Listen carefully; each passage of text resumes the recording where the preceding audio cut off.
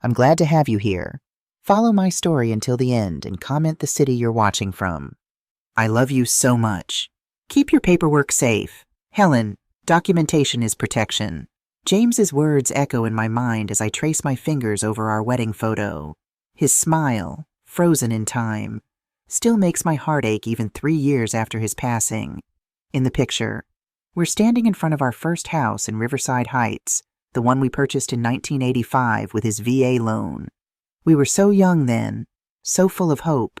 My name is Helen Chambers, and at 68, I never expected to find myself in this position, a widow fighting for dignity in a house that doesn't feel like home anymore. James and I built a good life together. Nothing extravagant, but solid. After his military service, he worked construction while I was a registered nurse until our son Brandon was born. Then came our daughters, Rachel and Amanda. Like millions of women of my generation, I made the choice to stay home. James's income was enough, and the children needed me. I never regretted it, not once. We scrimped and saved, and in 1985 we bought our 3-bedroom house in Riverside Heights. James was so proud that day, holding the deed in his hands. "This is our security. Helen," he said, his eyes shining. "Whatever happens, we own this. Nobody can take it away." The house was paid off in 2010. I still remember our little celebration, just the two of us by then, with the kids grown and gone. James grilled steaks, and I made his favorite potato salad. We danced in the kitchen to our wedding song. 6 years later, the diagnosis came, lung cancer. The doctor said it was from his time in Vietnam, all those chemicals they'd been exposed to. My strong, vibrant husband fought so hard, right until the end. 40 years of marriage. Gone in 18 months of hospital visits, chemotherapy, and hospice care. After the funeral, I tried living alone, but the house felt too big, too quiet. I'd find myself talking to James's empty chair, making coffee for 2 out of habit. The silence was deafening. When Brandon suggested I move in with them, it seemed like a blessing.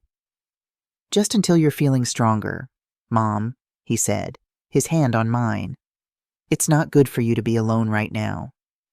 Sophie, my daughter-in-law, nodded enthusiastically beside him. "The kids miss their grandma. It would be so nice to have you close." My grandchildren, Ryan and Emily, sealed the deal with their excited faces. How could I say no? I sold most of my furniture, donated James's tools to the local veterans group, and kept only what would fit in their guest room. The house in Riverside Heights stood empty, but I couldn't bear to sell it. Too many memories. Brandon said they'd help me figure out what to do with it later. "We'll take care of everything, Mom," he promised. "You just focus on healing." I should have remembered James's words about documentation then. But grief has a way of clouding judgment, of making you trust when you should question. The first 6 months with Brandon and Sophie were lovely. I cooked Sunday dinners, helped with the grandchildren's homework, and felt useful again. Sophie would chat with me over morning coffee, asking about my life with James, seeming genuinely interested. My grandchildren, Ryan 10 and Emily 8, would burst into my room on weekend mornings, crawling into bed with me for stories about their father when he was their age. I thought I'd found my place again. A new chapter. Brandon worked as an engineer at Boeing Good, steady work that he'd had for 15 years. Sophie had been in marketing at a local firm when I first moved in, but shortly after, she received a promotion to marketing director. I was happy for her success, even proud. She'd worked hard for it. My daughters lived far away, Rachel in Boston going through a difficult divorce, Amanda in Seattle with twins who had special needs. We talked on the phone regularly, but they had their own challenges. When I'd hint at any problems, they'd say, "At least you're with Brandon. You're so lucky Sophie's there to help." Lucky, the word would later taste like ash in my mouth.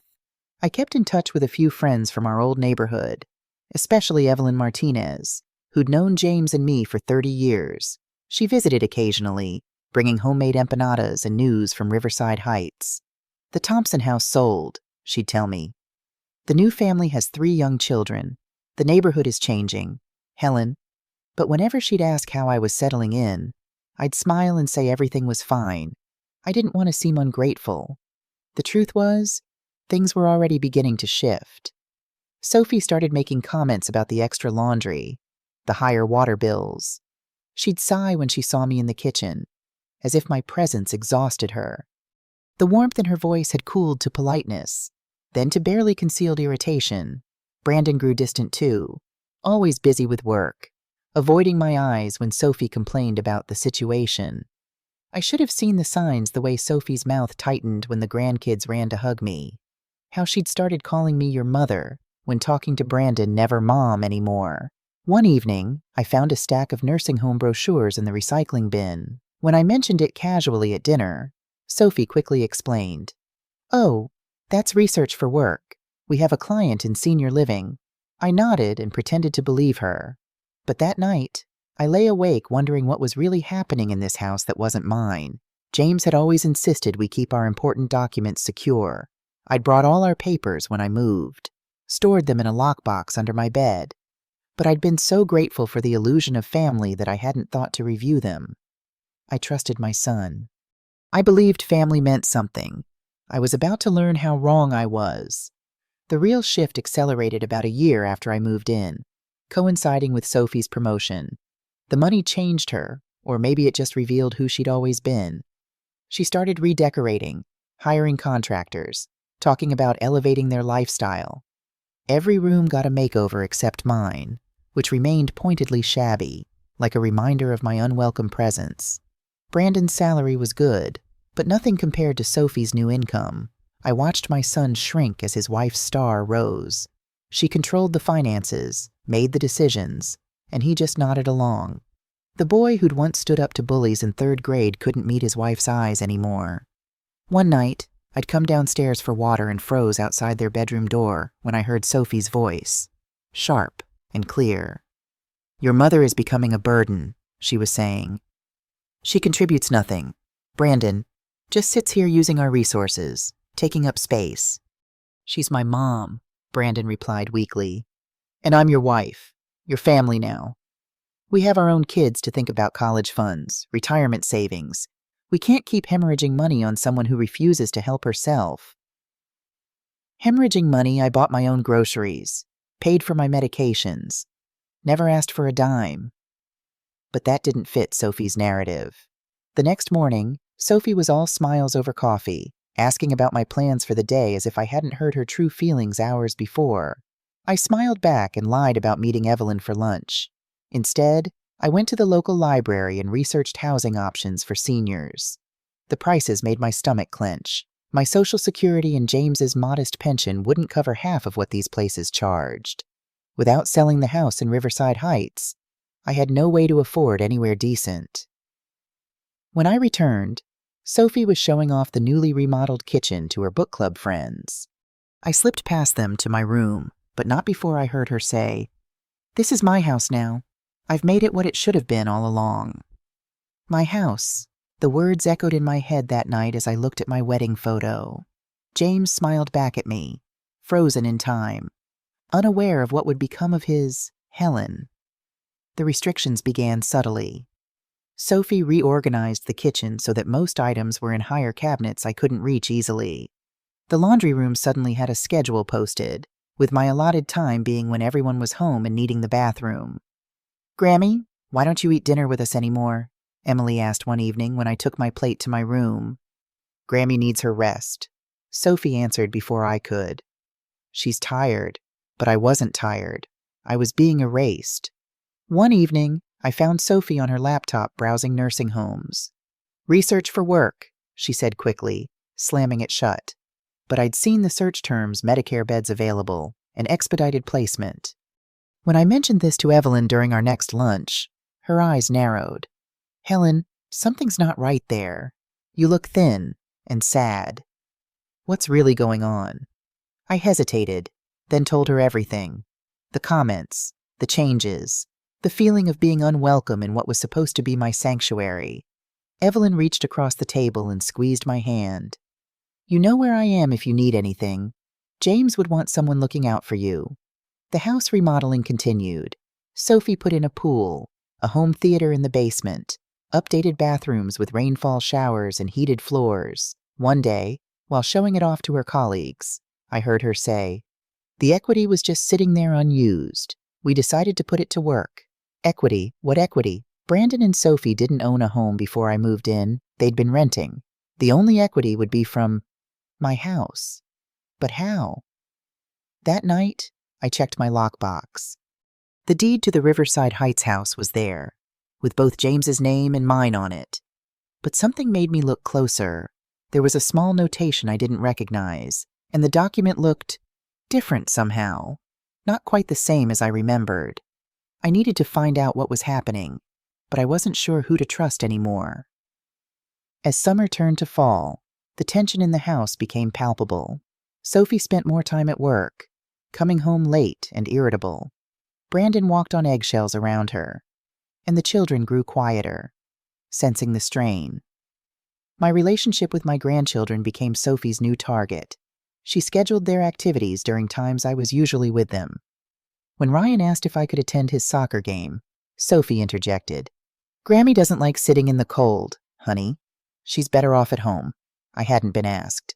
I would have sat in a blizzard to watch my grandson play. Emily's art projects with me were suddenly too messy for the house. Our cookie baking sessions interfered with Sophie's new clean eating initiative. Every connection I had with the children was systematically undermined. One evening, I overheard Ryan asking Brandon, "Dad, does Grammy not like us anymore?" Brandon's reply was muffled, but I caught Sophie's addition. "Grammy's getting older, sweetie. Sometimes older people get confused and forgetful. It's not her fault." The implication was clear. She was laying groundwork, creating a narrative of my declining mental state. I wasn't imagining things. The next day, I found my pill organizer rearranged. Small items in my room were moved. My grocery list, left on the counter, disappeared with Sophie claiming I must have thrown it away. "It's happening a lot lately," she told Brandon with exaggerated concern. "Maybe we should talk to Dr. Morris about it." Gaslighting. I'd read about it in a magazine at my doctor's office, never thinking I'd experience it firsthand, especially not from family. Evelyn noticed my increasing anxiety when we met for coffee. "Helen, you need to protect yourself," she said firmly. "Something's not right with that daughter-in-law of yours." "What can I do?" I asked, feeling trapped. "I can't afford to move out, not with today's rental prices, and the girls are too far away." "What about your house, the one in Riverside Heights?" I sighed. Brandon said they'd help me figure out what to do with it, but every time I bring it up, Sophie changes the subject. Evelyn's eyes sharpened. "Helen, whose name is on that deed?" "Mine. Well, mine and James's, but with James gone, I suppose it's just mine." "No suppose about it. That's your house, your asset. Why are you living like a beggar when you own property?" The question hung between us. Why indeed? Because I'd been so grateful for the illusion of family that I'd forgotten my own worth. Because grief had made me vulnerable, willing to accept crumbs of affection. "I need to look into this," I said finally. Evelyn nodded. "Yes, you do. And fast." When I returned home, Sophie was waiting, arms crossed. "Your friend Evelyn called. Said you left your scarf at the restaurant." The hair on the back of my neck rose. I hadn't worn a scarf. Evelyn was creating a reason to call, checking on me. "That was thoughtful of her," I said carefully. "I don't like her," Sophie stated flatly. "She seems nosy, always asking questions about our business. She's an old friend. Well, maybe it's time for new friends, ones who understand boundaries." Sophie's smile didn't reach her eyes. "By the way, we're having a dinner party Saturday. I'll need you to stay in your room that evening. My colleagues are coming, and it would be awkward. Awkward. I was now an embarrassment to be hidden away. That night, I heard Sophie and Brandon arguing downstairs. "She's getting suspicious," Sophie hissed. "That Martinez woman has been filling her head with ideas." "What do you expect?" Brandon's voice was uncharacteristically heated. "You're treating her like she's invisible." "She's my mother." "Sophie. And this is my house now. I've put every cent of my bonus into it.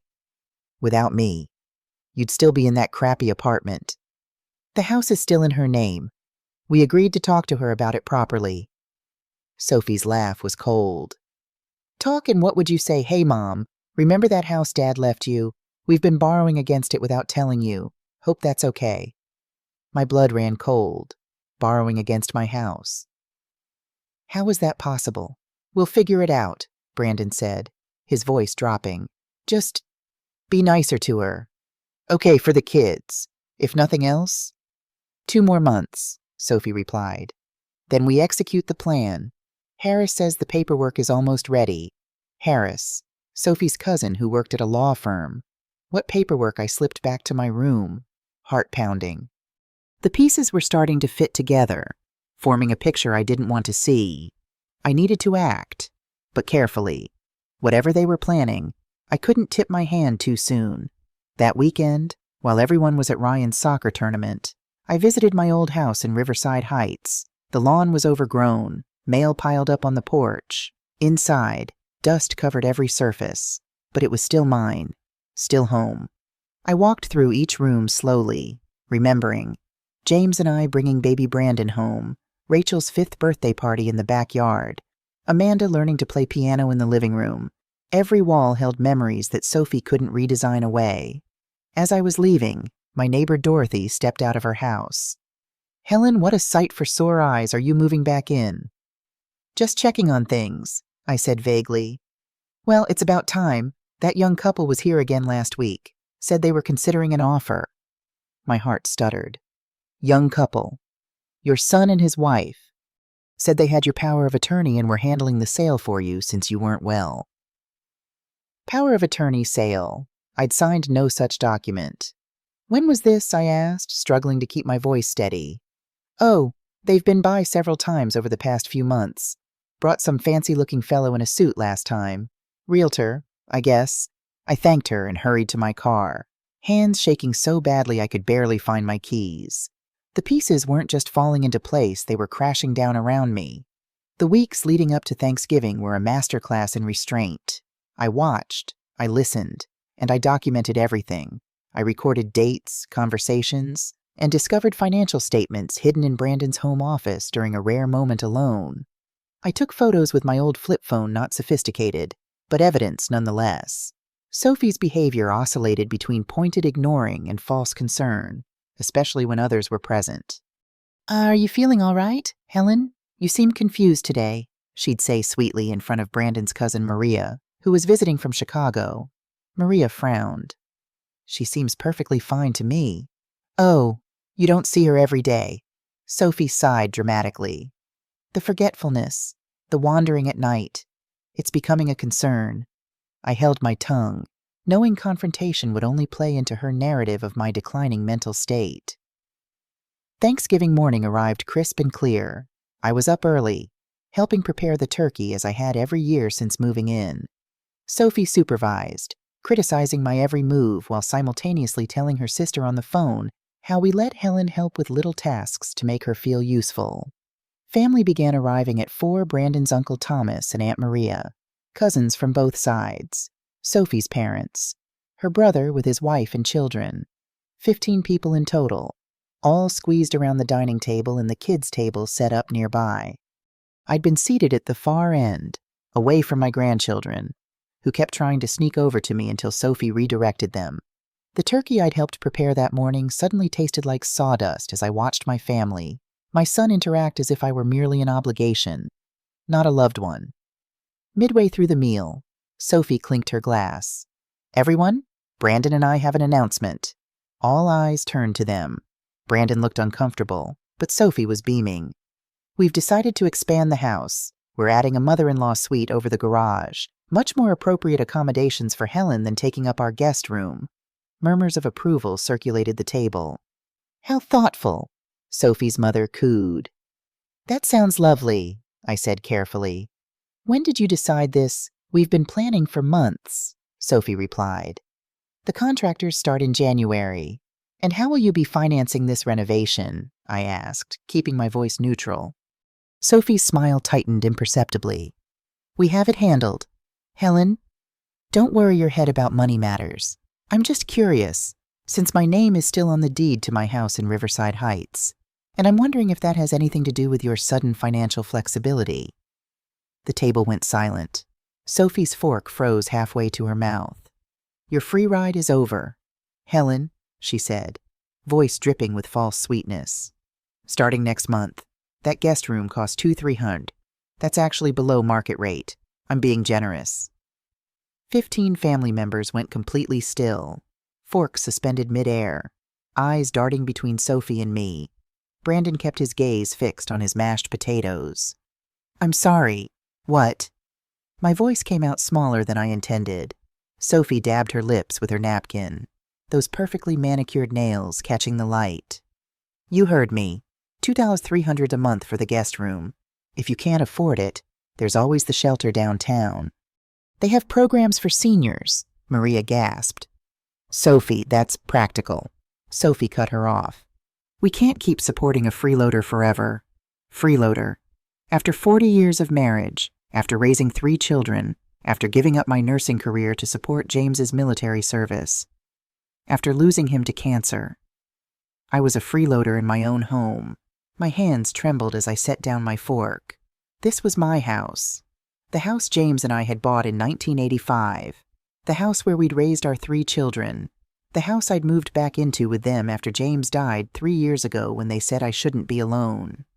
Mother, we've prepared a rental agreement, Sophie continued, her voice carrying that fake sweetness she'd perfected. It's very reasonable. First month's rent due December 1st. Sophie, Thomas began, his voice tight with disapproval. No, it's time we addressed this, Sophie insisted. Helen has been living here rent-free for 3 years while we pay the mortgage, insurance, utilities, everything. It's not sustainable. What mortgage? I asked quietly. My house was paid off in 2010. Sophie's eyes narrowed.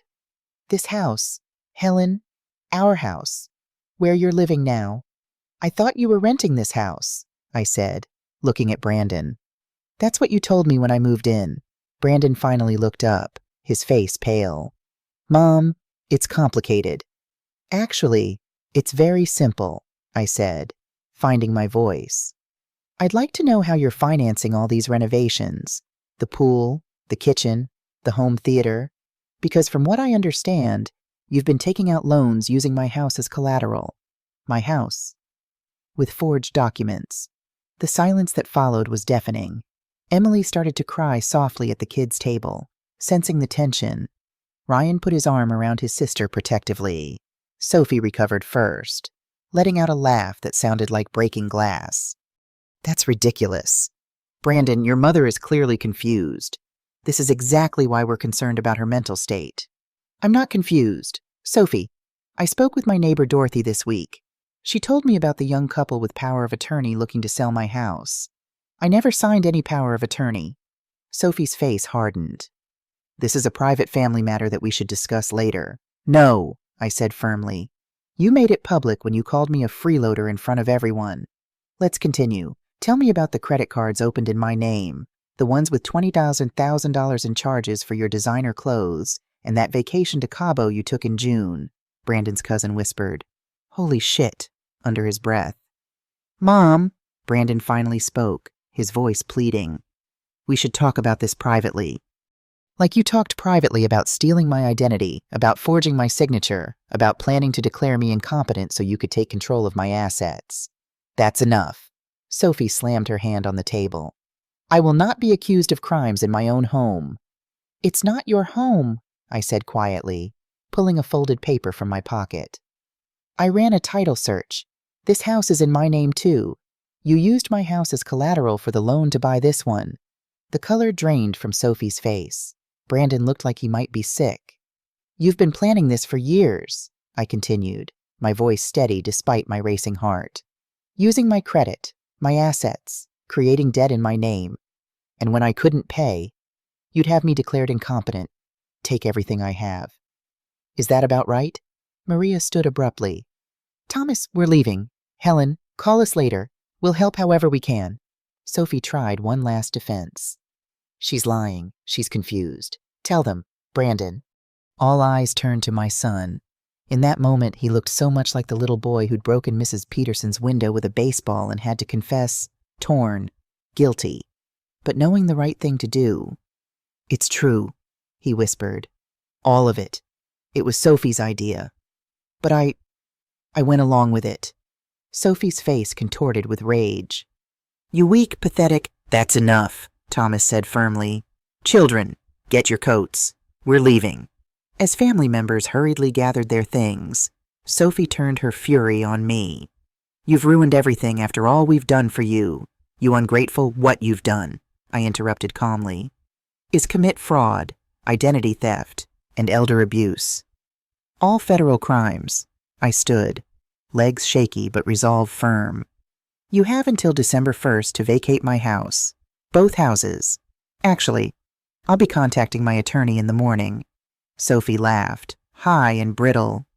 You don't have an attorney. You can barely afford your blood pressure medication. James's friend Charles Bennett has been quite interested in the documents I've gathered. He's expecting my call. I walked to my room, closing the door on their voices, Sophie's shrill accusations, Brandon's weak attempts to calm her, the shuffle of departing family members. Through the thin walls, I heard Maria arguing my case, Thomas's deeper tones of disapproval, and most telling of all, Brandon's silence. On my dresser sat the photo from my last Thanksgiving with James. We'd been at this same table, in this same house. But everything had been different then. James's arm around me, Brandon smiling genuinely, even Sophie looking pleasant. How had it come to this I didn't return to the chaos outside my door?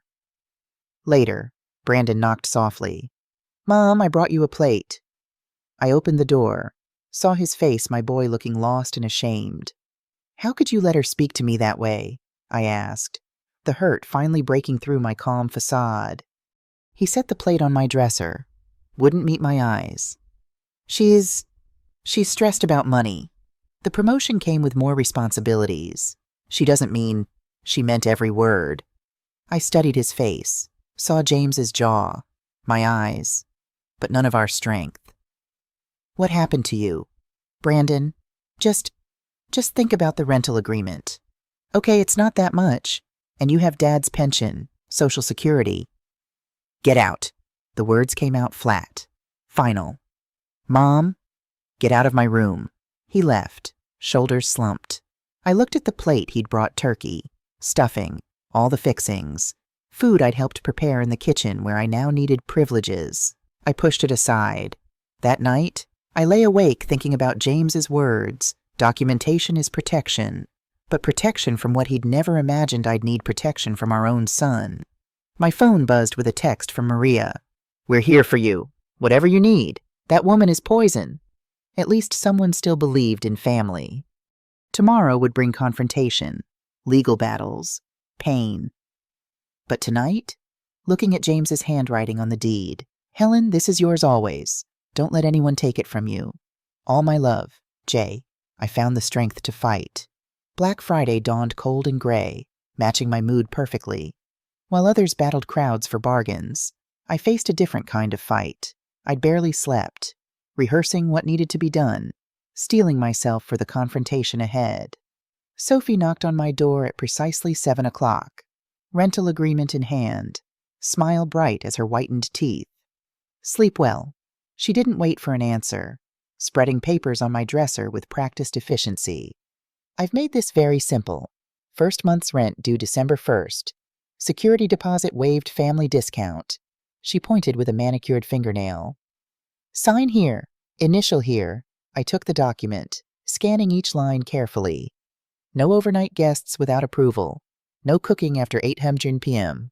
No use of common areas during family time. A curfew, an actual curfew of 9:00 p.m. This is a joke, I said, looking up at her. This is reality. Sophie's smile never wavered. You've had a free ride for 3 years. Time to adult up. Helen? Adult up. I'd been an adult when she was still in diapers.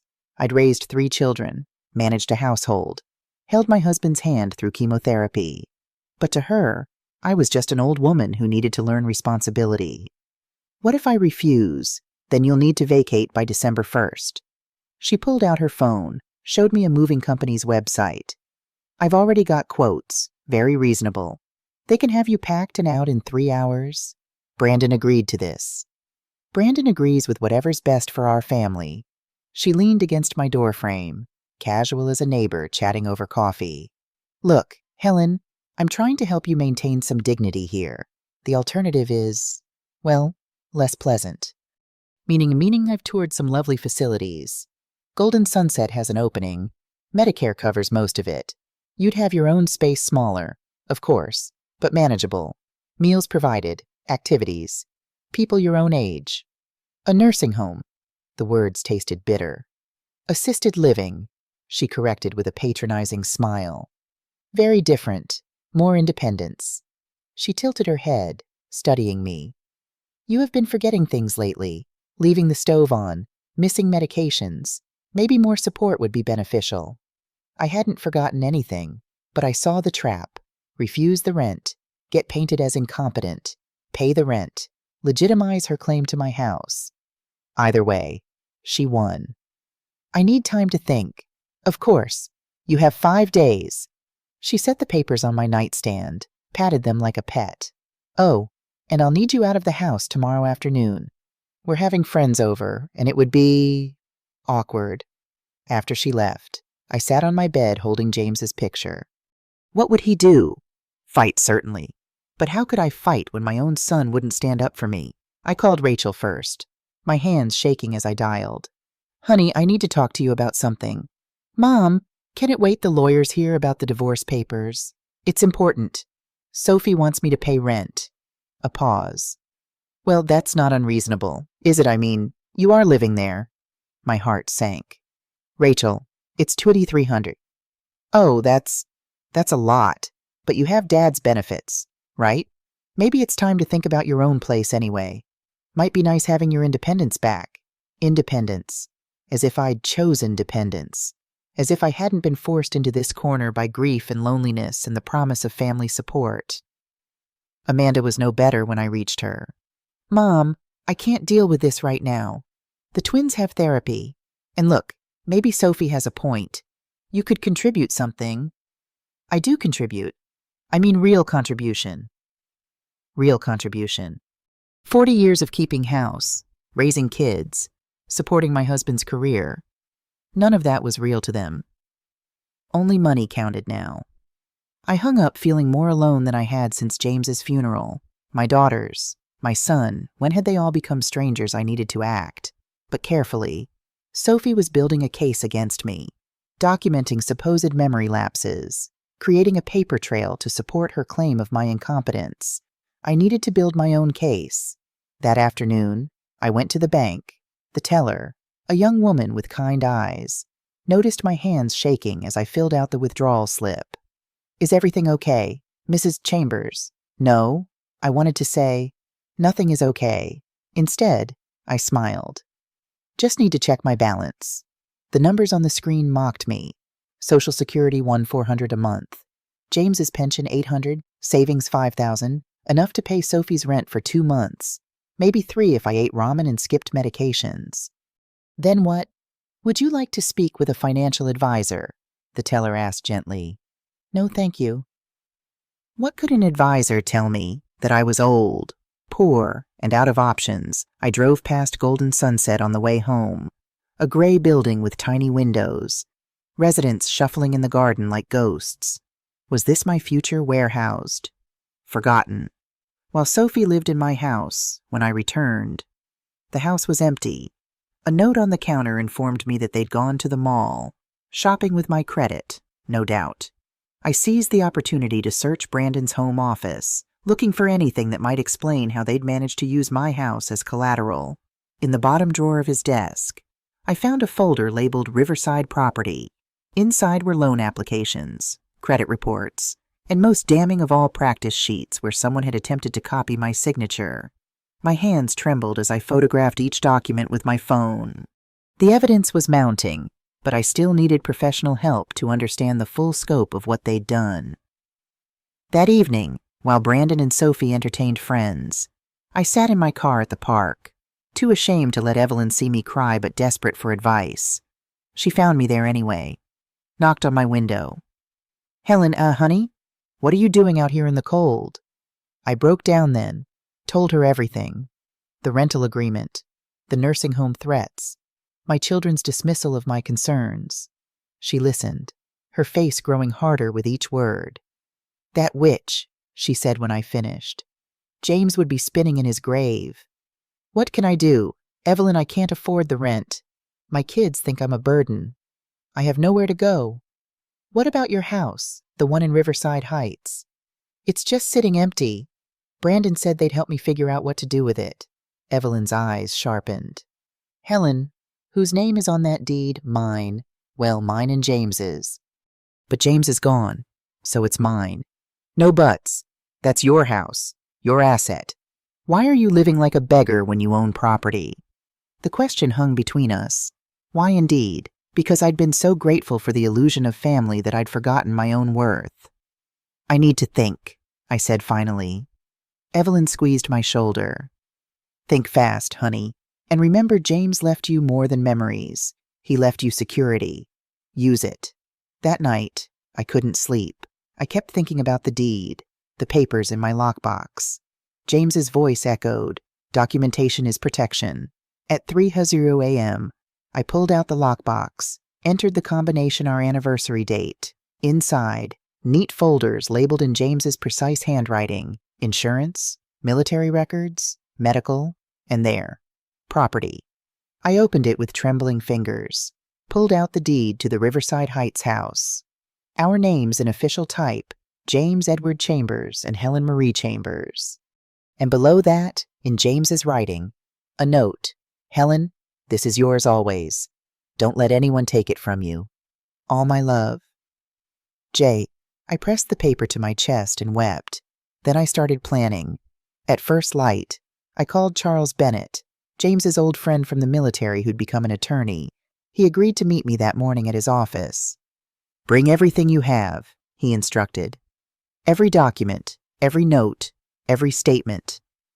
If what you're telling me is true, we need to act quickly.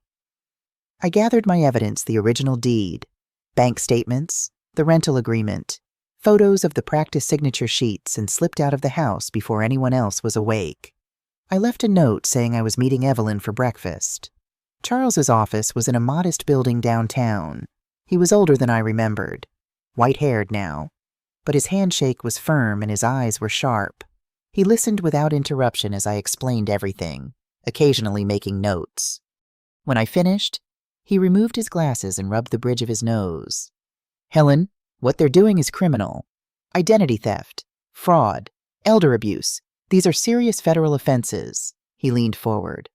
Are you certain you want to pursue this? It would mean pressing charges against your own son. The question gave me pause. Despite everything, Brandon was still my child. The little boy who'd cried when James left for work trips, who'd made me handprint cards for every Mother's Day. But he was also the man who'd sat silent while his wife called me a freeloader, who'd participated in stealing my identity, who'd betrayed my trust in the most fundamental way. I'm certain, I said finally. I need to protect myself. Charles nodded. Then let's begin. First, we'll run a title search on both properties. Then we'll check your credit report for unauthorized accounts. We'll need to document everything thoroughly. The title search revealed what I'd suspected: my house in Riverside Heights had been used as collateral for a home equity loan of $150,000, which had then been used as a down payment on the house I was currently living in. Somehow, they'd managed to add Brandon's name to my deed, likely with forged documents making the loan possible. The good news, Charles said, reviewing the results, is that the forgery is obvious when compared to your actual signature. The bad news is that they've been systematically building a case to have you declared incompetent. How do you know? He pushed a folder across his desk. We subpoenaed records from your doctor's office. There have been calls from Sophie expressing concern about your declining mental state. She's requested cognitive assessments, documented supposed incidents of confusion. She's laying groundwork. My stomach churned. The depth of the betrayal was staggering. There's more, Charles continued grimly. We pulled your credit report. 3 credit cards opened in your name that you never authorized. Current balance just over $20,000, plus inquiries from reverse mortgage companies and senior living facilities checking your creditworthiness. I felt dizzy with the implications. How long has this been going on? Based on the timestamps, about 2 years, shortly after you moved in with them. 2 years of smiles and family dinners and how are you, Mom, while plotting my destruction. The scope of betrayal took my breath away. What do we do now? Charles's expression was resolute. We fight. First, we secure your assets. Then we address the criminal aspects. He outlined a plan: freeze my credit, file fraud alerts, secure new identification documents, prepare legal paperwork to reclaim sole ownership of my house, and gather evidence for criminal charges. What about the house I'm living in now? Sophie said they've been paying the mortgage. They have, but using fraudulently obtained funds, legally. You have a claim to that property as well, since your assets were used for the down payment without your knowledge or consent. My head was spinning with legal terms and implications. This is going to destroy my family. Charles's gaze was sympathetic but firm. Helen, they were already destroying it. You're just refusing to be the casualty. As I left his office, I felt simultaneously lighter and heavier. The path forward was clear, but the emotional toll would be immense. Charles had arranged for a forensic accountant named Patricia Wong to review my financial records. I met her that afternoon at her downtown office. Patricia was a petite woman with shrewd eyes behind stylish glasses. The fraud is extensive, she said, adjusting her glasses as she reviewed the documents. 3 credit cards, multiple loan applications, several attempts to add Sophie as co-owner of your property. The paper trail is damning. How did I not know? I still felt foolish. Exposed. They were careful, had mail redirected, used electronic statements, intercepted calls. Patricia's voice gentled. This wasn't impulse, Mrs. Chambers. This was a calculated campaign to strip you of assets. When did it start? Patricia pulled out a timeline. Best we can tell, about 6 months after you moved in. The first credit card application coincides with Sophie's promotion. 6 months. When she'd still been smiling at me over coffee, calling me Mom, pretending to care. The betrayal cut fresh. What's our next move? I filed the criminal complaints today, Charles said, joining us. Fraud, identity theft, elder abuse, attempted grand larceny. The DA's office is very interested. Elder abuse is a hot-button issue right now. What about Brandon? Charles and Patricia exchanged glances. He's harder to prosecute. No direct evidence he forged anything, though he clearly knew. Accomplice charges possible, but... Charles hesitated. But juries hate sending sons to jail for obeying wives, I finished. Essentially, yes. I thought about Brandon sobbing in my doorway, the boy I'd raised versus the man he'd become. File against both. Let the courts decide. Charles nodded. There's something else. Sophie's been busy since yesterday. Meaning Patricia pulled out papers. She filed for emergency conservatorship this morning, claims you're mentally unstable, that she has power of attorney, that throwing them out was a delusional episode. She's requesting immediate intervention. The audacity stole my breath. Even caught, even exposed. She was still attacking. Can she do that? She can try. Charles's smile was sharp. But we have your medical records, witness statements, and a paper trail showing you're the victim, not the perpetrator. No judge will grant it. But she'll try to make me look crazy. Let her. Patricia leaned forward. Every lie she tells is another nail in her coffin. Document everything. Record if legal in your state. Build the case. I want them to pay. The words came out harder than intended. Not just criminally, financially. Every penny they stole. Restitution is standard in fraud cases, Charles assured me. Plus damages for emotional distress, legal fees, credit repair. They'll be paying you for years. Good. Let them feel the squeeze of never having enough. Always owing, forever indebted. Let Sophie's designer dreams crumble under court-ordered payments. There's more good news, Patricia added. The renovations legally, they're yours. Improvements made to your property with stolen funds revert to you. The pool, the kitchen. Everything yours, free and clear. I laughed, surprising myself. She built her dream house for me. Karma, Charles said dryly, can be beautiful. We spent hours documenting, planning, strategizing. By evening, I felt armed for war. Charles left to file papers. Patricia stayed to help me understand my finances. You're not rich, she said bluntly, but you're not poor. The house is worth approximately $800,000 now, thanks to the renovations and market appreciation. Your income is limited, but without a mortgage, it's sufficient. $800,000. James and I had paid $90,000 in 1985. He'd be stunned. Could I sell it? Of course, though I'd wait until the legal matters settle. But yes, you could sell. Buy something smaller. Invest the difference. Live very comfortably. Options. After 3 years of feeling trapped, I had options. As I drove back to what I could no longer think of as home, I steeled myself for confrontation. Brandon's car was in the driveway, but Sophie's was gone. I found him in the kitchen, staring into a glass of whiskey. "Mom!" He looked up, eyes red-rimmed. "Where have you been?" "I've been calling. Meeting with my lawyer." The words hung between us. Brandon's face crumpled. "Mom, please, we can work this out. Sophie's just stressed about money. The promotion came with a lot of pressure. She didn't mean half of what she said yesterday." Did she mean to open credit cards in my name to forge loan documents to try to steal my house? He flinched at each question. It wasn't supposed to happen like this. How was it supposed to happen? "Brandon, tell me. I'd really like to know the plan." He took a shaky breath. "We were going to talk to you about co-signing for the house. Then the market dropped, and we needed more equity. Sophie said it was just temporary, that we'd pay you back once her commissions came through. And the credit card's the conservatorship application." His head jerked up. "What conservatorship? Sophie filed papers this morning claiming I'm mentally unstable and need to be under her guardianship." Brandon's face went pale. "I didn't know about that. I swear." "What did you know? Brandon, what part of stealing from your mother did you actively participate in?" He couldn't meet my eyes. "I signed some papers. I knew about the home equity loan. I didn't know about the credit cards until later. And by then, it seemed too late to come clean." "It's never too late to do the right thing," I said quietly.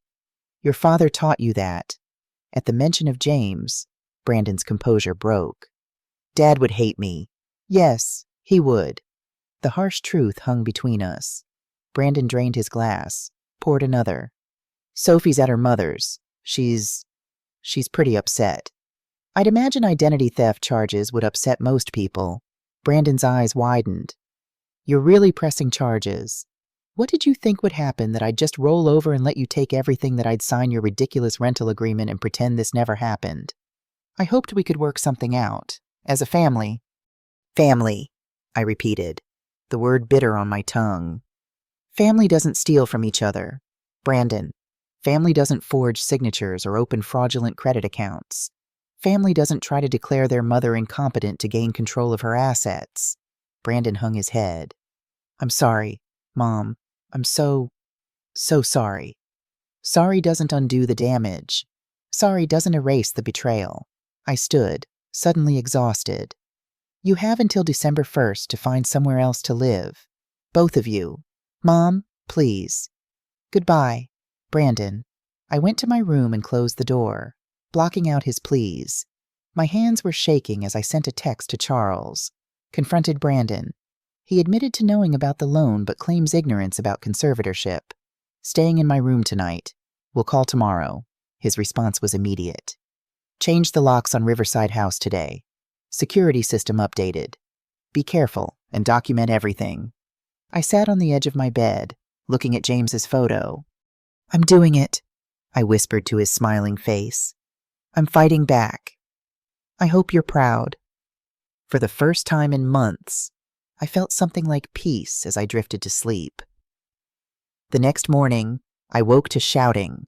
Sophie had returned and was in a full-blown rage downstairs. "You told her, you pathetic, spineless—" Her voice rose to a shriek. "Do you have any idea what you've done?" Brandon's response was too low to hear, but Sophie's wasn't. "They froze our accounts, all of them. My credit cards were declined at the hotel. Do you know how humiliating that was? And it's your fault." I dressed quickly, gathering my essential documents. Whatever happened next, I didn't want to be trapped here. When I emerged from my room, Sophie was waiting at the bottom of the stairs, face contorted with fury. "You," she hissed. "You ungrateful old witch. After everything we've done for you." "After everything you've done to me," I corrected, keeping my voice steady. "There's a difference. You think you've won? You have no idea who you're dealing with." "I know exactly who I'm dealing with. A thief and a fraud." "Where are my grandchildren?" Her smile was vicious. "You think you'll ever see them again after what you've done to their mother?" "What I've done, that's rich, coming from someone facing federal charges." "You'll never make those charges stick. It'll be your word against mine. And who do you think people will believe, a confused old woman with a history of mental instability? Or a respected professional?" I pulled out my phone, stopped the recording app. "Thank you for that. My lawyer will be delighted." The color drained from Sophie's face. "You can't record me without consent. That's illegal. Actually, in this state, single-party consent is all that's required. I consented. That's enough." I moved past her toward the door. "I'll be staying at a hotel until the court date. I suggest you use this time to find new housing arrangements."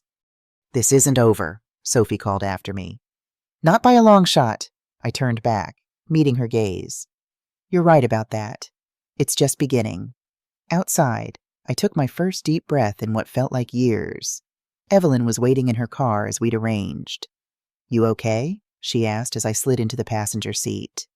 "No," I admitted, "but I will be." We drove to the hotel Charles had reserved for me, a modest place but clean and secure. As we carried my suitcases in, Evelyn squeezed my arm. "You're doing the right thing, Helen. Don't doubt that for a second." "I know. It just hurts." "Of course it does. They're your family. But sometimes the people who should love us the most are the ones who wound us deepest." I settled into the hotel room, feeling strangely liberated despite everything. For the first time in 3 years, I was making my own decisions, taking back control. My phone rang Rachel calling back after I'd left her a brief message about the situation.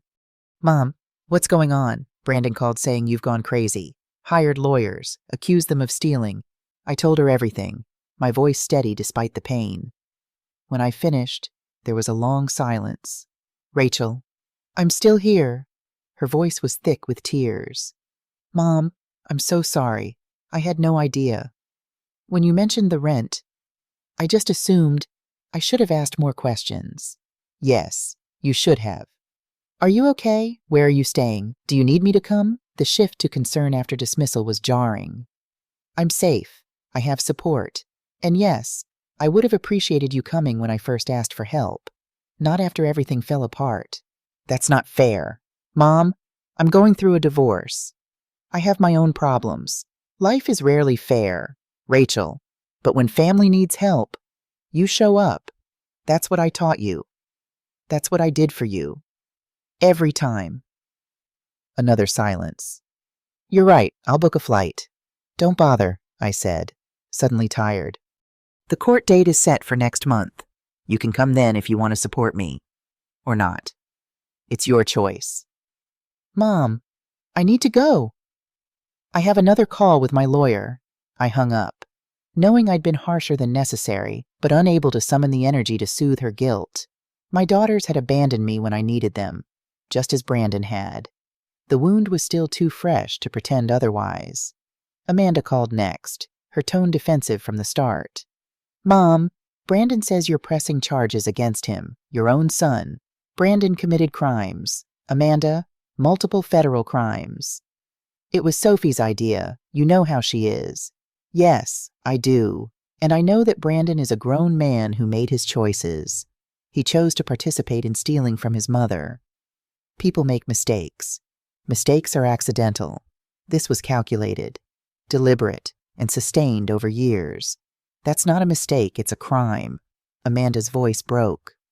"What do you want me to say? That I should have been there? That I should have noticed I have twins with special needs? Mom, I'm drowning most days. The guilt trip might have worked before, but not now. I'm not asking you to fix this. Amanda, I'm telling you what happened and what I'm doing about it. You can support me or not, that's your choice." "Of course I support you," she said quickly. I just hate seeing the family torn apart like this. The family was torn apart the moment they decided to steal from me. I'm just refusing to be the victim. After ending the call with Amanda, I felt emotionally drained but oddly cleansed. For too long, I'd accepted whatever scraps of attention and affection my children offered, grateful for any acknowledgement. No more. I deserved better. James would expect better. Charles called to update me on the legal proceedings. The emergency conservatorship hearing is set for Monday. Sophie's claiming you've had a mental break, that you're paranoid and delusional. Her cousin Harris is representing her. He's the one who helped with the forged documents. What are our chances? Excellent. We have medical clearance from your doctor confirming your mental competence, plus statements from neighbors and friends attesting to your lucidity. And most damning, we have the paper trail of their fraud. No judge will grant conservatorship to someone who's been systematically defrauding the person they claim to want to protect. And after that, the criminal case moves forward. I won't lie. Helen, it's going to be ugly. They'll attack your character, your memory, your stability. They'll try to paint you as an ungrateful burden who turned on the family that took you in. Are you prepared for that? I thought about Sophie's smug face as she presented the rental agreement, Brandon's weakness as he stood by and let it happen, the systematic dismantling of my dignity over 3 long years. I'm prepared, I said firmly. They tried to take everything from me, my home, my independence, my identity. I won't let them take my voice, too. That's my girl, Charles said, and for a moment, he sounded so much like James that my heart ached. Get some rest. Monday's going to be a long day. Monday arrived cold and clear. I dressed carefully in a navy suit James had always liked, my good pearl earrings, sensible pumps. Looking in the mirror, I saw not the victim Sophie had tried to create, but the woman James had loved strong, dignified, determined. Evelyn drove me to the courthouse. Maria and Thomas were waiting outside, faces grim but supportive. We're here for you, Helen, Maria said, hugging me tight. That woman is poison. Inside, the courtroom was nearly empty, just a few court officers, our legal teams, and a judge who looked like she'd seen it all before. Sophie sat with her cousin Harris and another attorney I didn't recognize. Brandon wasn't present. Sophie had made an effort to look demure and concerned simple dress, minimal makeup, hair pulled back, the grieving daughter-in-law, worried about her husband's mentally unstable mother, Judge Carol Winters, a stern-looking woman in her 60s, called the court to order. We're here on the matter of Chambers versus Chambers, petition for emergency conservatorship. She peered over her glasses at Sophie. Ms. Chambers, you're alleging that your mother-in-law, Helen Chambers, is mentally incompetent and requires immediate guardianship for her own protection. Is that correct? Harris stood. Yes, Your Honor. My client has documented a pattern of increasingly erratic behavior, paranoid delusions, and financial irresponsibility that poses a danger to Mrs. Chambers' well-being. Judge Winters turned to Charles. And your response, Mr. Bennett, Your Honor. Not only do we contest these absurd allegations, but we have evidence that Sophie Chambers and her husband Brandon have been systematically defrauding Mrs. Helen Chambers for years.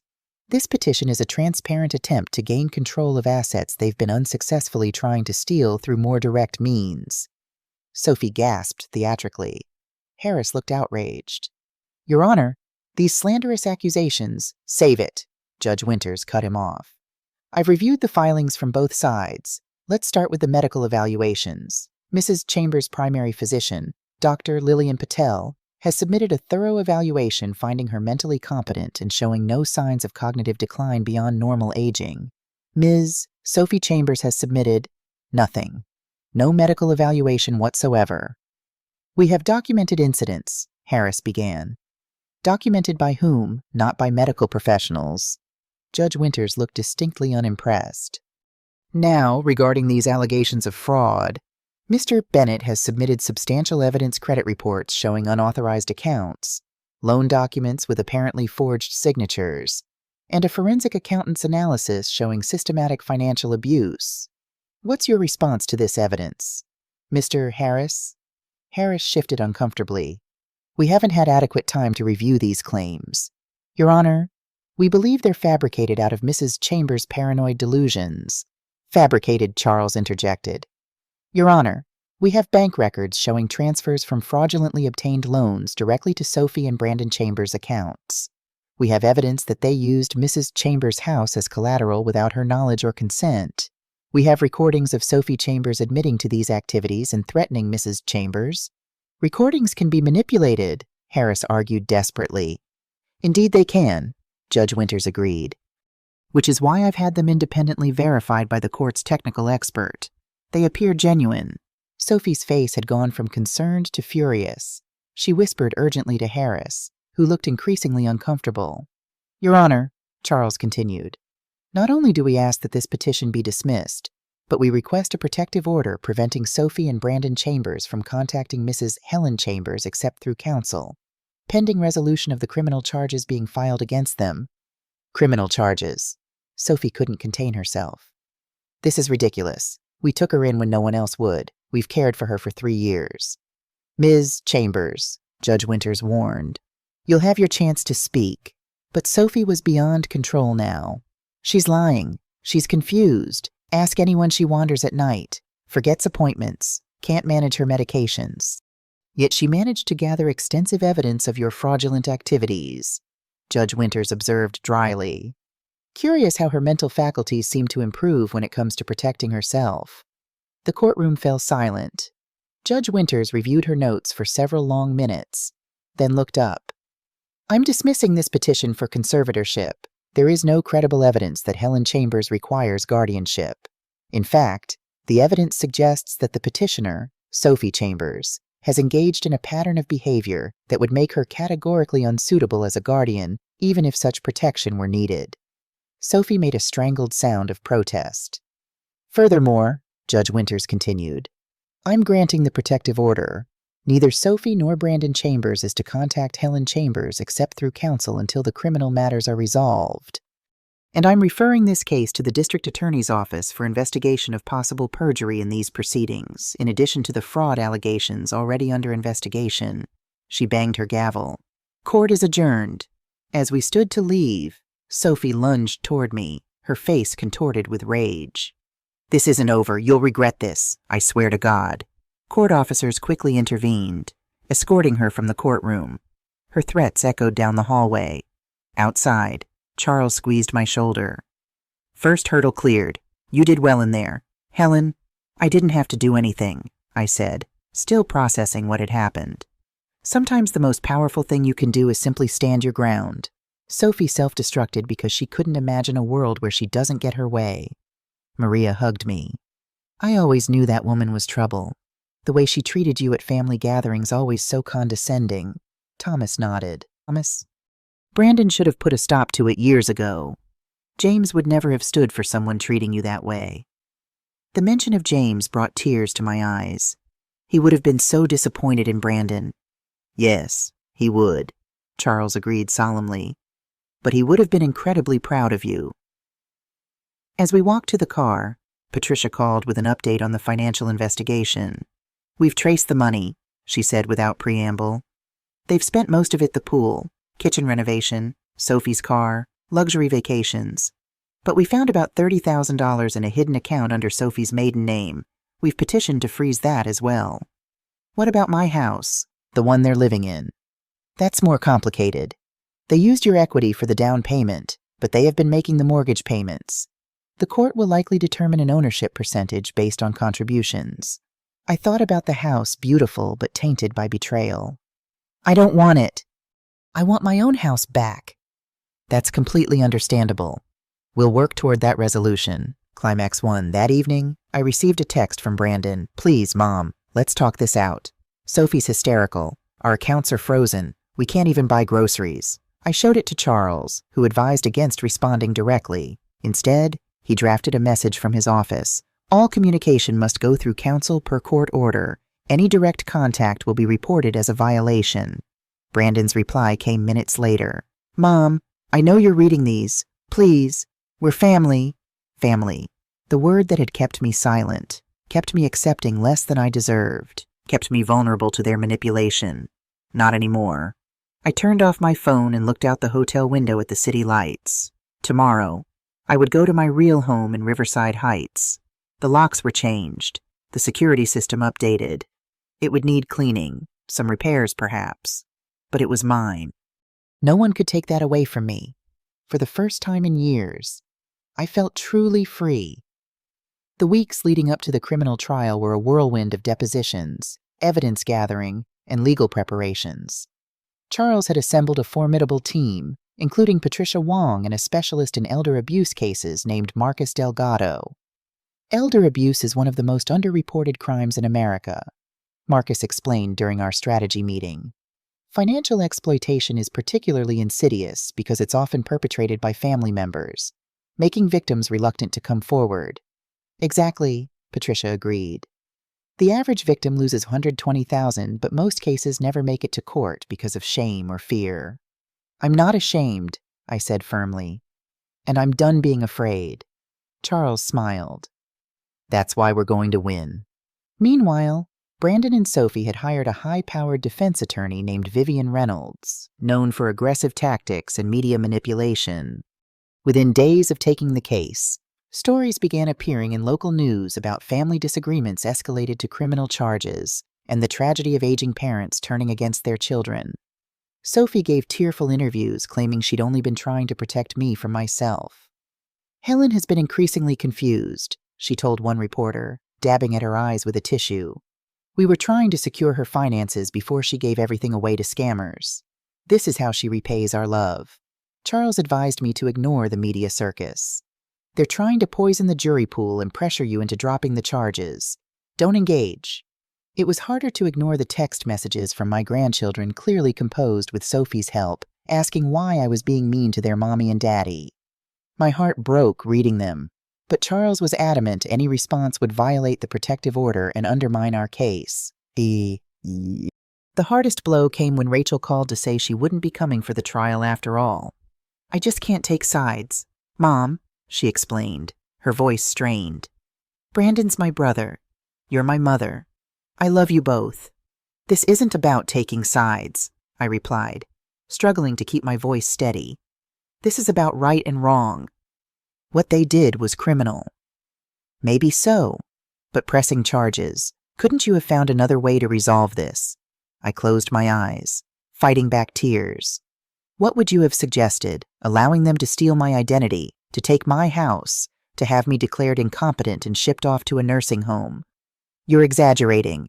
No, Rachel, I'm not. That was their plan. They admitted it. The silence stretched between us. Finally, Rachel sighed. I'm sorry, Mom. I just can't do this right now. After we hung up, I sat on my bed in the Riverside Heights house, my true home, and allowed myself to cry. For the family I thought I had. For the son who'd betrayed me. For the daughters who couldn't stand with me when I needed them most. Evelyn found me there, having let herself in with the spare key I'd given her. Oh, Helen, she said, sitting beside me and taking my hand. What happened? I told her about Rachel's call, my voice breaking. Family. Evelyn shook her head. They can hurt us like no one else because we love them like no one else. I don't know if I can go through with this, I admitted. The trial, the publicity, having to face them in court? Of course you can, Evelyn said firmly. You're Helen Chambers. You raised 3 children while supporting a husband through military service. You nursed James through cancer. You're the strongest woman I know. I smiled weakly. I don't feel very strong right now. Strength isn't about not feeling pain, Evelyn said, squeezing my hand. It's about continuing despite it. The criminal trial began on a rainy Tuesday in March. The courtroom was more crowded than the conservatorship hearing had been local media, curious onlookers, and to my surprise, Amanda sitting in the back row. Our eyes met briefly as I walked to the plaintiff's table. She nodded slightly, and I felt a glimmer of hope. At least one of my daughters had found her conscience. Sophie and Brandon sat at the defense table, both dressed conservatively. Sophie looked appropriately somber, while Brandon appeared genuinely miserable. Neither would meet my gaze. The charges were read fraud, identity theft, elder abuse, attempted grand larceny. Sophie and Brandon both pleaded not guilty. In his opening statement, Charles laid out the case methodically. "This is not a family squabble that got out of hand," he told the jury. "This was a calculated, years-long campaign to systematically strip Helen Chambers of her assets, her dignity, and ultimately her freedom. The evidence will show that Sophie and Brandon Chambers forged documents, opened fraudulent accounts, and attempted to have Mrs. Chambers declared incompetent, all to gain control of her home and savings." Vivian Reynolds countered with emotional appeals. "The Chambers family took in an aging widow when no one else would," she argued. "They provided a home, care, and companionship for 3 years. Yes, financial arrangements were made with Helen's verbal consent, though perhaps not always with proper documentation. These weren't crimes, they were misunderstandings within a loving family that have been tragically escalated. The evidence phase was grueling. Financial records were dissected. Forensic analysts testified about the forged signatures. Recordings of Sophie's threats were played. My neighbor Dorothy testified about Sophie and Brandon claiming to have power of attorney. Even Sophie's cousin Harris was compelled to testify about his role in preparing fraudulent documents. Then it was my turn to take the stand. As I walked to the witness box, I caught sight of Amanda in the gallery, now sitting beside Maria and Thomas. She gave me a small, encouraging smile. Under Charles's gentle questioning, I recounted everything from James's death to moving in with Brandon, the initial warmth giving way to isolation and gaslighting, discovering the fraud, and the final confrontation at Thanksgiving. "Mrs. Chambers," Charles asked, "why did you decide to press charges against your own son and daughter-in-law?" I took a deep breath. "Because what they did wasn't just wrong, it was criminal. They systematically stole from me while pretending to care for me. They planned to have me declared incompetent and institutionalized so they could take everything I have. If I didn't stand up for myself, who would?" Charles nodded. "No further questions, Your Honor." Vivian Reynolds approached for cross-examination, her smile sympathetic, but her eyes calculating. "Mrs. Chambers, isn't it true that you resented Sophie's success, her promotion, her income, her influence over your son?" "I resented her theft," I replied calmly. "Her lies, her attempt to steal my home and destroy my credit. Success built on crime isn't success. It's just crime with better clothes." A few jurors nodded, and Vivian's smile tightened. "You claim Brandon and Sophie were planning to have you declared incompetent, yet you've presented no direct evidence of this plan. Isn't this just your interpretation of events?" "Sophie filed for emergency conservatorship the day after I confronted them about the fraud," I pointed out. "She claimed I was mentally unstable and needed immediate guardianship, her guardianship. The court rejected her petition because there was no evidence of my incompetence. That seems like direct evidence to me." Vivian shifted tactics. "Mrs. Chambers, you lived in Brandon and Sophie's home for 3 years without contributing to household expenses. Isn't it reasonable that they eventually asked you to pay rent? I would have been happy to pay a reasonable rent if asked, but $2,300 for a bedroom. When they were simultaneously stealing from me and planning to take my house. No, that wasn't reasonable. That was part of their scheme to financially drain me, so I'd have no resources to fight back." The cross-examination continued for hours, with Vivian trying every angle to portray me as ungrateful, resentful, or confused. But Charles had prepared me well. I remained calm, answering directly and clearly, refusing to be baited into emotional outbursts. By the time I stepped down, I was exhausted but satisfied. I had spoken my truth. Brandon testified next, his testimony a stark contrast to my composed responses. He alternated between remorse and deflection, claiming he'd known about some financial arrangements but not others, that he'd been caught between loyalty to his wife and his mother. "I never meant for it to go this far," he said, voice breaking.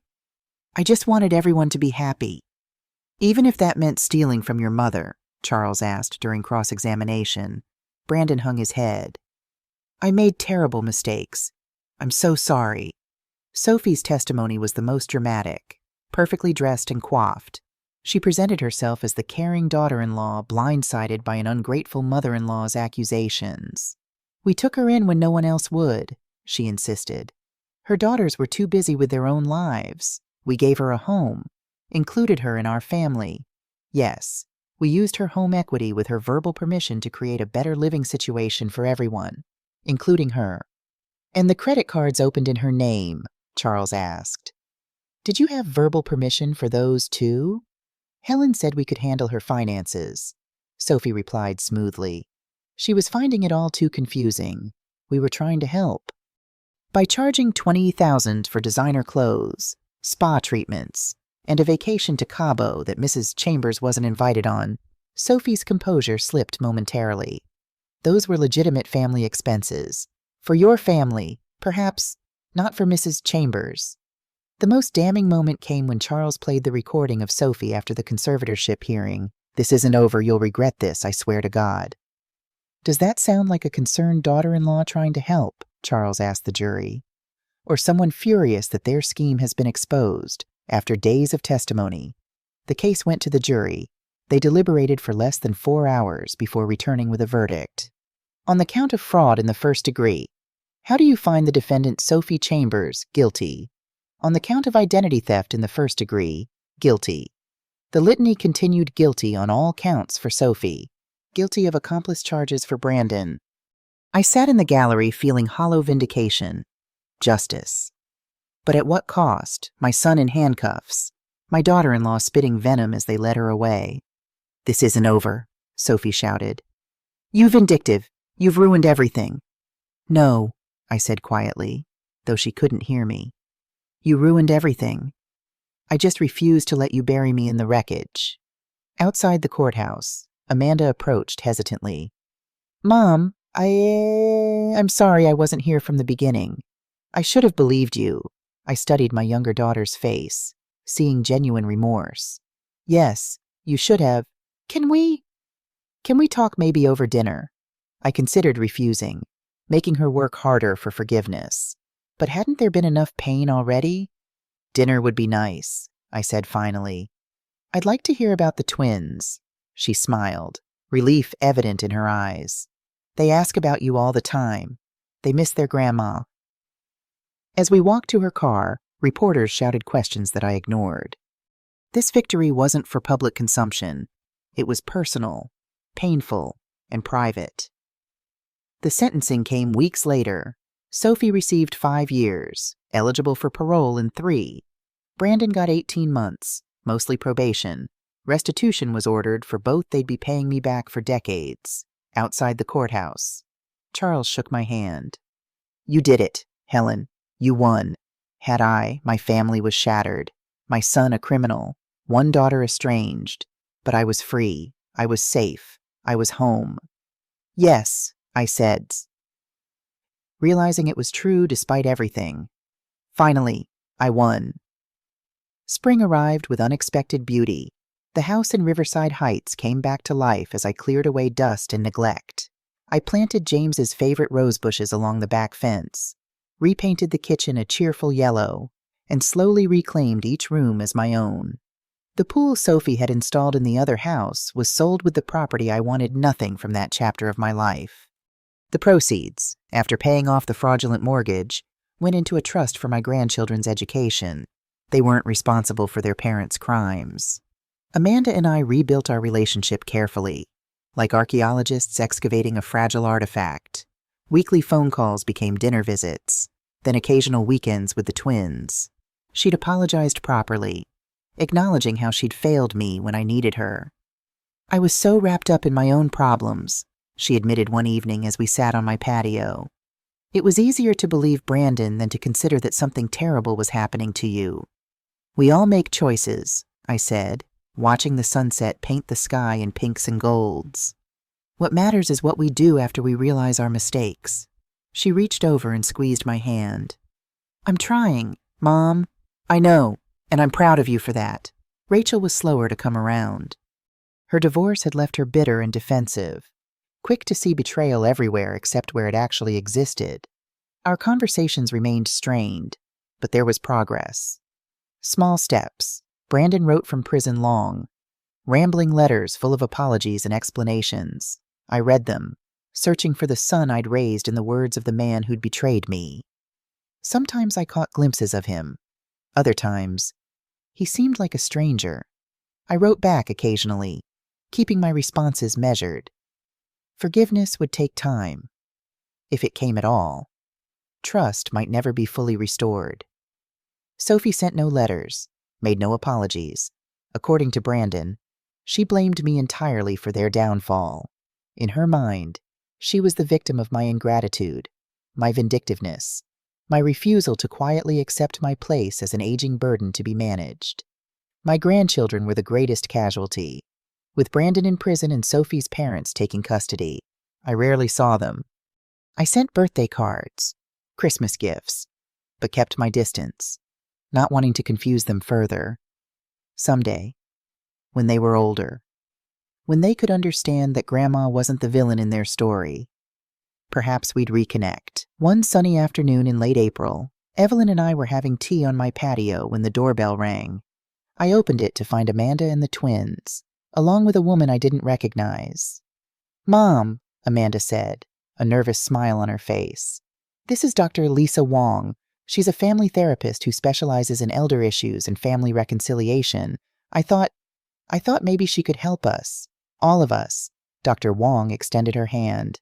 "Mrs. Chambers, it's an honor to meet you.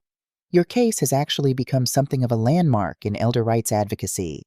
Would you be willing to talk about how we might help your family heal?" I looked at my daughter's hopeful face, at my grandchildren's curious eyes, at this professional who thought my broken family might be mendable. "Come in," I said, opening the door wider.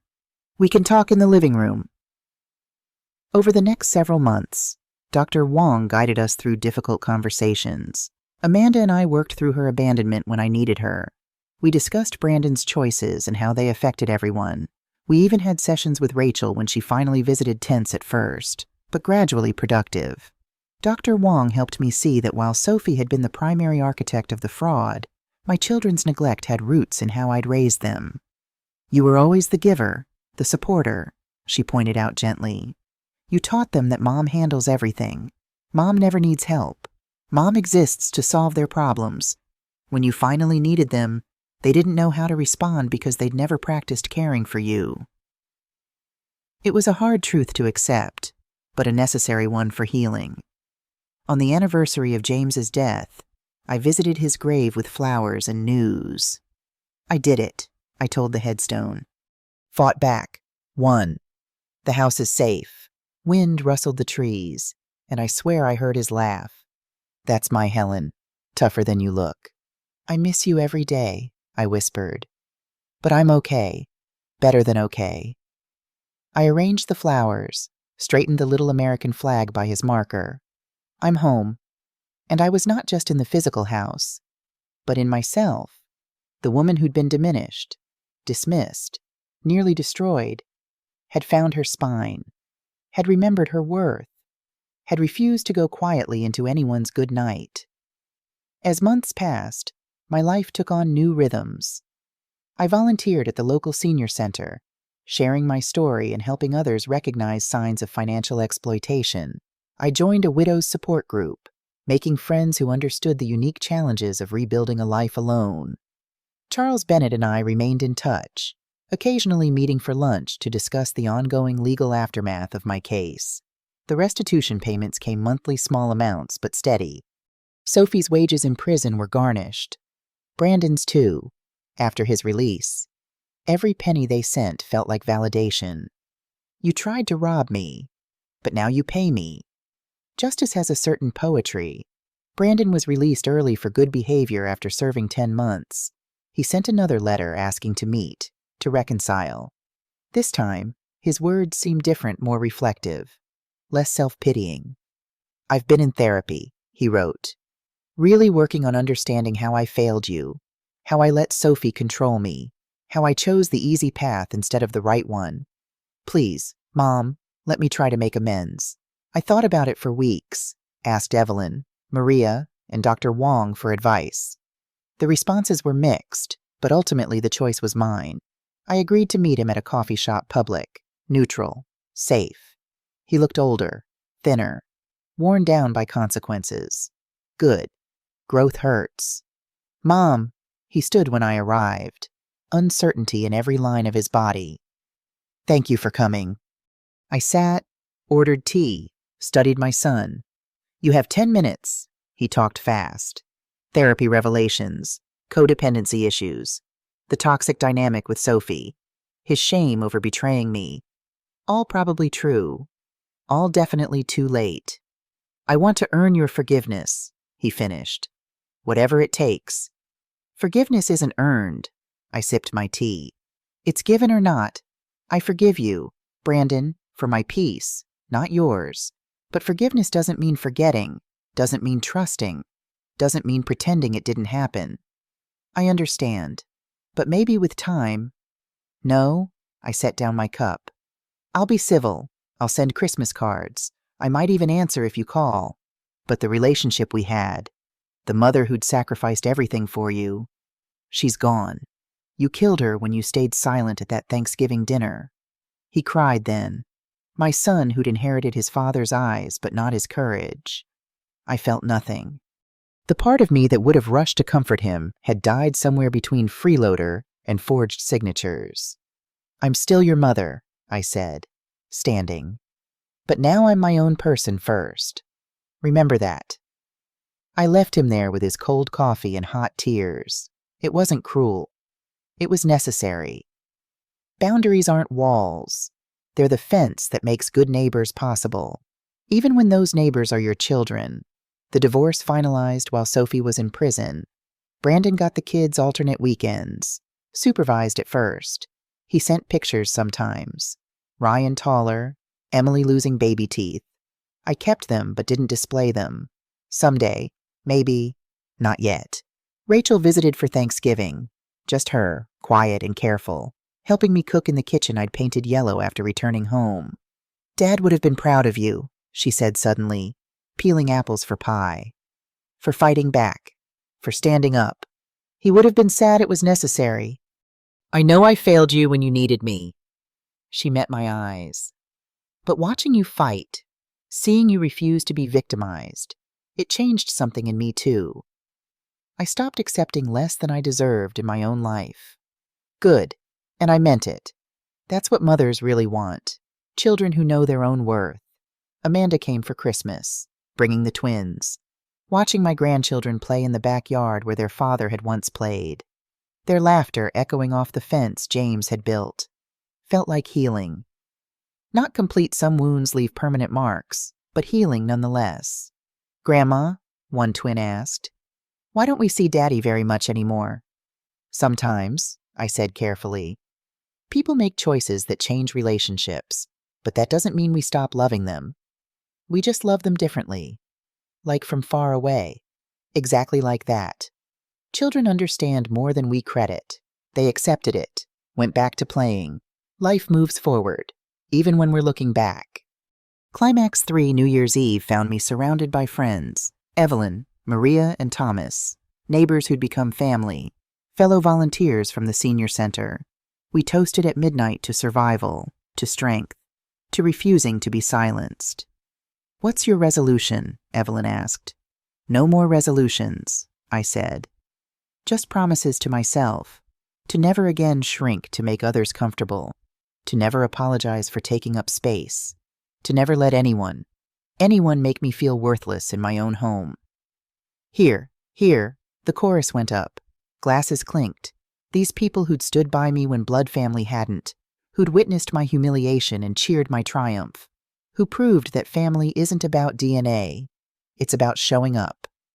The party lasted until 2 a.m. I cleaned up slowly, savoring the echoes of laughter in my home. This house had seen so much love and betrayal, theft and justice, loss and reclamation, but it was mine. Every wall, every memory being made. I stood in my kitchen, my beautiful sun-yellow kitchen, and made one last toast. To James, who'd left me more than a house. He'd left me the tools to protect it. To myself, for finally using them. To the future, whatever it held. I'm Helen Chambers, I said to the empty room, to the ghosts of what had been. to the promise of what could be. I'm 71 years old. I own my home. I know my worth. And I'm exactly where I belong. The house settled around me, safe and solid. Through the window, dawn was breaking. A new day, a new year, a new life built on the ashes of the old. I was home. 6 months later, life had settled into new rhythms. I woke each morning in my own bedroom, made coffee in my yellow kitchen, tended James's roses in the garden. The house that had nearly been stolen had become my sanctuary restored. My case had attracted attention beyond what I'd expected. A producer from a local news station contacted me about participating in a documentary on elder financial abuse. Your story could help so many people. Mrs. Chambers, she explained over coffee in my living room. Most victims never come forward because of shame or fear of family conflict. You fought back and won. That's powerful. I hesitated, uncertain about exposing my family's ugliness to a wider audience. It was painful enough living through it once. I understand, she said gently, but your experience could be the warning sign that saves someone else from the same fate. Put that way, how could I refuse the documentary, titled Hidden Theft Elder Abuse in American Families? Premiered that fall. I watched it with Evelyn, both of us crying at different points. Seeing my story laid out so clinically, the gradual isolation, the financial manipulation, the gaslighting made me realize how textbook the abuse had been. If only I'd recognized the signs earlier. The response was overwhelming. Letters poured in from seniors in similar situations, from adult children horrified to recognize their own behavior in Sophie's actions, from law enforcement and social workers grateful for the awareness. Charles called the day after it aired. You've started something. Helen, the DA's office has received a surge of calls from elderly victims reporting financial abuse. They're calling it the Chambers effect. I just told my story, I said, surprised. Sometimes that's all it takes. One person brave enough to speak their truth so others know they're not alone. The senior center where I volunteered asked if I'd consider starting a support group specifically for victims of financial exploitation. I agreed, though I didn't feel qualified. You lived it, the director said simply. That's qualification enough. Our first meeting had 3 attendees, all women, all with stories that echoed mine in different ways. A daughter who'd drained bank accounts, a nephew who'd stolen jewelry, a son-in-law who'd pressured his mother-in-law into signing over her house. I thought it was just me, one woman whispered, tears streaming down her face. I thought I was stupid for trusting my own child. It's never stupid to expect decency from family, I told her. The failure is theirs, not yours. By our 3rd meeting, attendance had doubled. By the 6th, we needed a larger room. People weren't just coming for support, they were coming for strength, for the courage to take action. With Charles's help, I developed resources for the group checklists for protecting assets, signs of financial exploitation to watch for, contact information for legal aid, scripts for confronting family members about concerning behavior. You found your calling, Evelyn observed one evening as we sorted through resource packets for the next meeting. Not a calling I would have chosen, I admitted. But if my pain can prevent someone else's, maybe it wasn't wasted. Brandon attended one of these meetings, sitting quietly in the back. I hadn't invited him, hadn't even known he was coming. Afterward, he approached hesitantly. That was powerful, he said, looking around at the empty chairs. All these people with stories like ours. Not like ours, I corrected. In our story, you were the abuser, not the victim. He flinched but nodded. I know. That's why I came. To understand better. To hear what it's like from the other side. I studied him, looking for signs of the manipulative tactics Sophie had used so effectively, but his eyes held only sorrow and what appeared to be genuine remorse. Why now? I asked. I'm trying to rebuild my life, he said simply. I can't do that without understanding how I destroyed yours. It wasn't forgiveness, not yet, but it was something. A crack in the wall between us. A possibility. There's a book I can recommend, I said finally. About making amends that actually help the person you hurt, not just soothe your own guilt. I'd like that, he said, and for a moment, I glimpsed the son I'd raised. Thank you, Mom. As he turned to leave, I called after him. How are the children? Missing their grandmother, he said. Emily keeps your Christmas card on her nightstand. I nodded, not trusting myself to speak. Some wounds were still too fresh. The restitution checks continued to arrive monthly. Small amounts, but steady. I used most of it to fund our support group activities, turning Sophie's theft into something positive, poetic justice. Rachel moved back to town that summer, taking a teaching position at the local community college. We had dinner weekly, our relationship healing through consistent effort on both sides. I'm thinking of starting a group for adult children of elder abuse victims. She told me one evening, so many of us don't know how to support our parents through something like this. I want to change that. My heart swelled with pride. My daughter had not only learned from my pain, she was working to prevent others from experiencing it. Amanda brought the twins for regular visits now. They'd grown so much, developing their own personalities and interests. Ryan loved building things, just like his grandfather. Emily had inherited my love of gardening. We planted sunflowers together, measuring their growth each week. They're reaching for the sky. Grandma, she said in wonder, her small hand in mine as we looked up at the towering stalks. Yes, they are, I agreed. That's what living things do when they're nurtured properly. They grow toward the light. On my 72nd birthday, they threw me a surprise party. Amanda, Rachel, the grandchildren, Evelyn, Maria, and Thomas, my friends from the senior center and support group. Even Brandon was there, standing awkwardly to the side, but present. Speech, someone called after I'd blown out the candles. I looked around at these faces, some related by blood, others by choice, and felt a surge of gratitude so strong it brought tears to my eyes. 3 years ago, I began. I thought my life was essentially over. I'd lost James, lost my independence, lost my sense of purpose. I was existing, not living. I took a breath. Then came the betrayal that nearly destroyed me, but instead, it rebuilt me. Stronger, wiser, more authentic. I raised my glass. I've learned that family isn't just who shares your DNA. It's who shares your values. It's who shows up when you need them. It's who tells you the truth, even when it's hard to hear. My eyes met Brandon's briefly.